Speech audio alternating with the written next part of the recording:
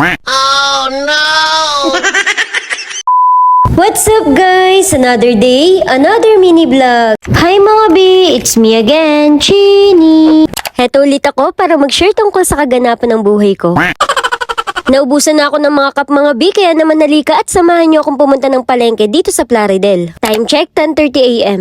Papasok nga tayo dito sa loob at dito may alam nga akong bilihan ng mga cups. Alright, andito na tayo at may mga sample na rin pala sila dito sa labas at may mga kasamang presyo na din. Yun nga lang, kailangan natin pumila dahil marami talaga ang bumibili dito. At kung isa ka nga rin sa nakabili dito ay siguradong relate ka. Heto at nai-ready na nga yung mga bibiling ko. Since nandito na nga ako sa palengke, ay naisipan ko na nga rin na dito na lang bumili ng yelo. Halagang 30 pesos nga ang binili ko at tatagal na ito hanggang 6 PM. Nagbayad na nga ako dyan at bumalik na nga ako sa tricycle dahil bibili naman ako ng gatas ni nanay. Kaso pagtanong ko, wala pala silang ganun kaya mamayang gabi na lang. Bumalik na nga ako sa tricycle para makauwi na sa bahay. Nasa alas 11 na nga ito ng umaga at ngayon pa lang ako makakapagbukas. Nagwalis na nga din ako dahil may mga ilang balat ng candy dito sa labas. Ay, napakasipag.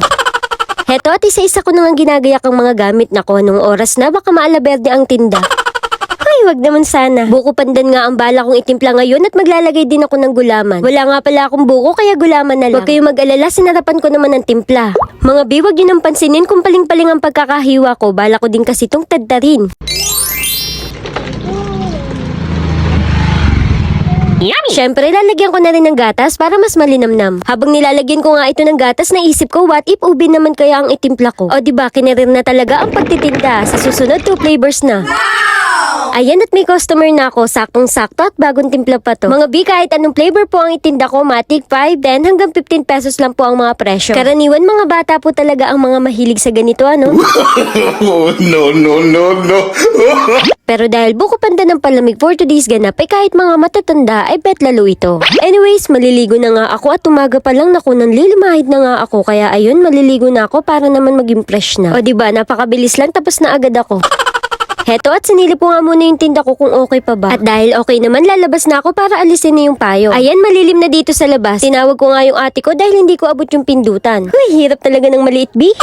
Akala ko abot ng ate ko, hindi rin pala. Maya-maya nga nakakita ko ng upuan kaya ayun, nakahanap ako ng pagtutuntungan. Liligpit ko nga lang ito saglit at ibabalik ko na sa dating gawi itong tinda ko. Hindi ko napansin, malapit na rin palang maubos yung palamig ko. O diba lakas ng trip ko at dito na ako nag-ayos sa labas. Nako, naglaro na naman nga ng ganda-gandaan si ante. Oh shit, not good. Nagsukli na nga ako at isa na rin ako sa bumili ng tinda ni Lara. Ang bango kasi ng chicken skin na dala niya. Yummy!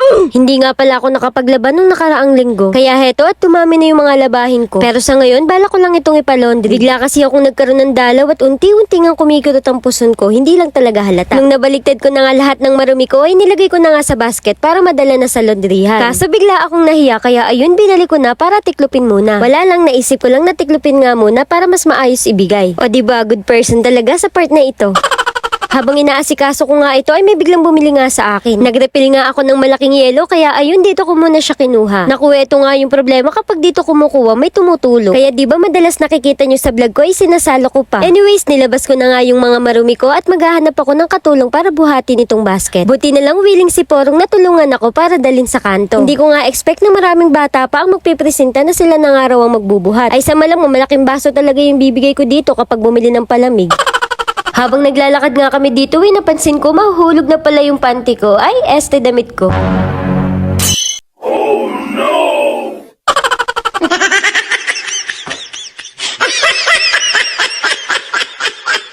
Andito na nga kami at tinayos ko muna tong damit ko para maitimbang na. Heto at kinilo na yung mga mababango kong damit. Halabi, tignan nyo, sakto 8 kilo. Bukas ko na nga yun makukuha at bukas na rin yung pinakabayad. Kaya ayun, umuwi na muna ako para ipamigay na tong palamig. Konti na lang din kasi at parang matabang na. Kaya ayun, pinamigay ko na. Ayan, for the simot ng mga person. Heto at kumain lang muna ako saglit tapos pumanik na ako dito sa kwarto para makapag-live stream naman sa TikTok. Hanggang ngayon mga B, mabili pa din itong vegetable chips. Sa mga naku-curious kung anong lasa, ilalagay ko na lang yung link sa comment section. 2 hours nga lang pala ako nagla-live dito para hindi ako mapaos. After nga nun, pumunta kami dito sa Malolos at dito na ako bumili ng panghapunan. Anyway mga B, yun lang naman. Salamat sa panonood. Bye!